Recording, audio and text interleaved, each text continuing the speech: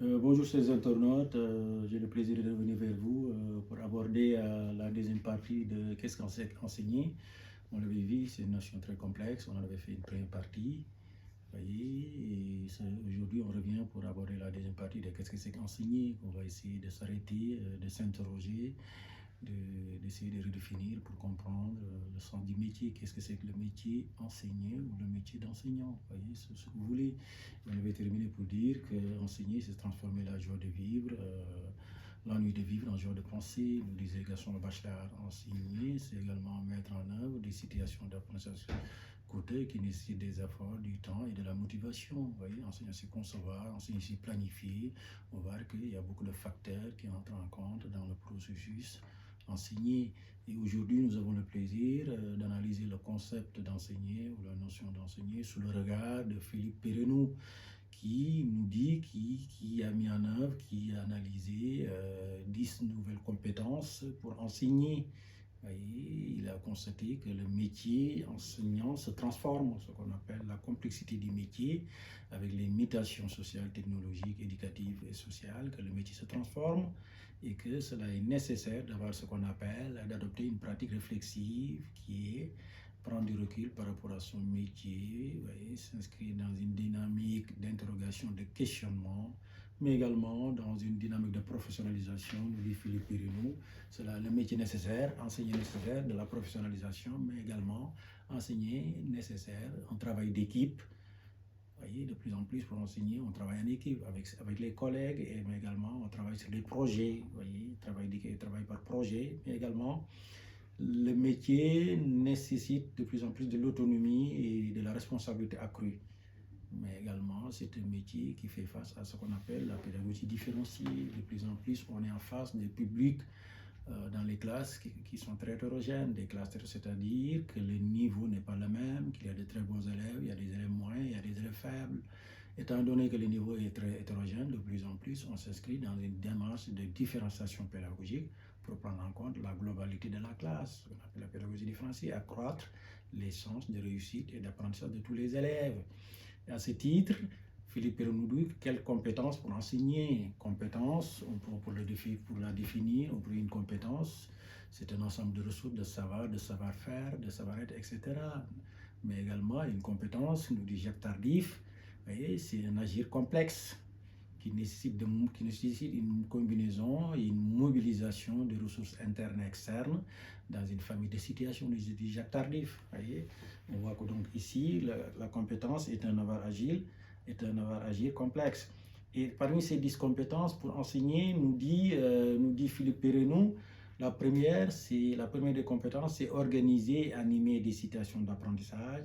Donc pour savoir enseigner, il faut savoir organiser, mais également il faut savoir animer. Il faut savoir organiser la situation d'apprentissage, il faut savoir l'animer, ce qu'on appelle l'animation pédagogique. Et à ce titre, il faut connaître pour une discipline donnée les contenus enseignés. Quand vous êtes dans une dynamique d'organisation et d'animation, il faut déterminer dans la discipline quel contenu qu'il faut enseigner. Ce n'est pas tous les contenus qu'on enseigne, c'est les savoirs scolaires qu'on enseigne. Et une fois les avoir déterminés quel contenu enseigner aux élèves, il faut les traduire en des objectifs d'apprentissage. Qu'est-ce que vous souhaitez qu'ils apprennent? Quel est l'objectif? Quel est l'objectif d'apprentissage, voyez, dans votre processus d'organisation de votre animation, de votre séance ou de votre séquence.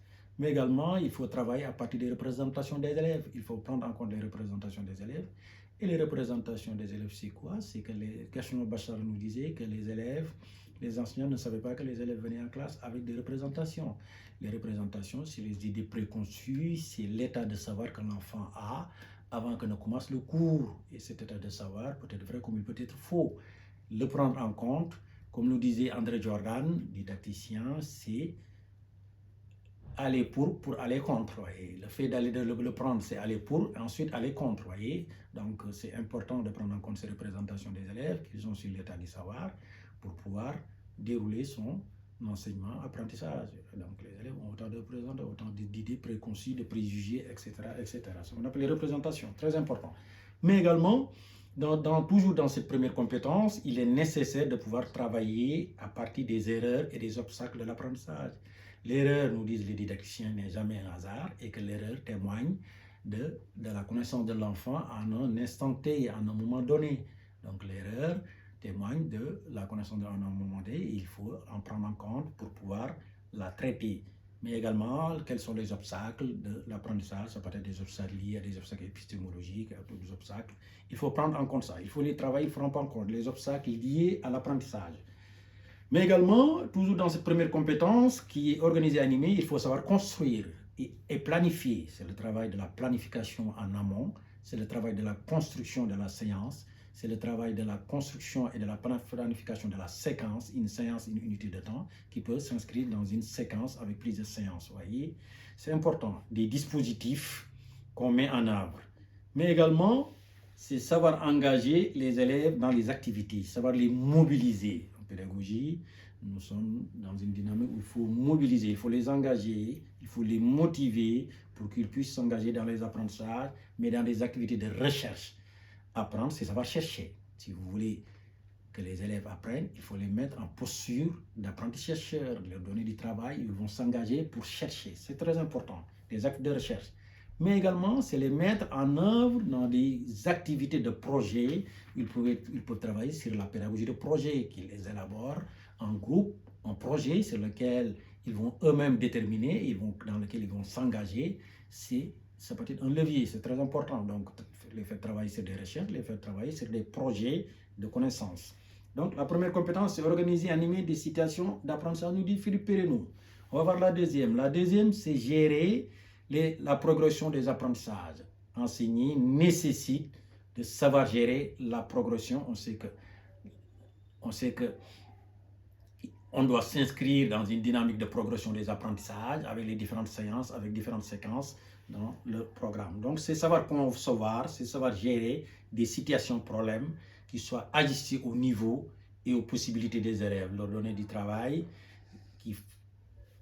comme la pédagogie la pédagogie à problème, des situations qui constituent des problèmes, des difficultés auxquelles, qui soient à leur niveau, qui ne soient pas trop difficiles, qui soient à leur portée, dans lesquelles ils pourront s'engager pour pouvoir travailler avec leur capacité, ce qu'on appelle situation problème, les mettre dans concevoir et gérer des situations problèmes pour mobiliser les élèves. Mais également, c'est acquérir une vision longitudinale des objectifs de l'enseignement.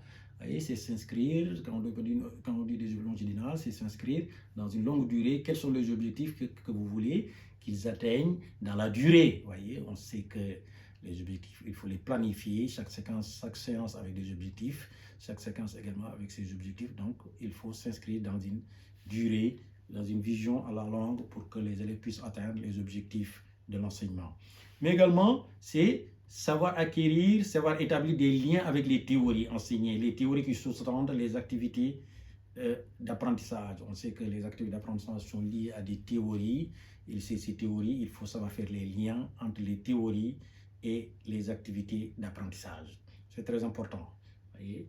Mais également, c'est savoir observer et évaluer les élèves. On sait qu'il y a différents types d'évaluation. L'évaluation formative qui nous permet de réguler le processus enseignement-apprentissage, qui est très important, auquel il est nécessaire de faire recours en tant qu'enseignant de manière fréquente.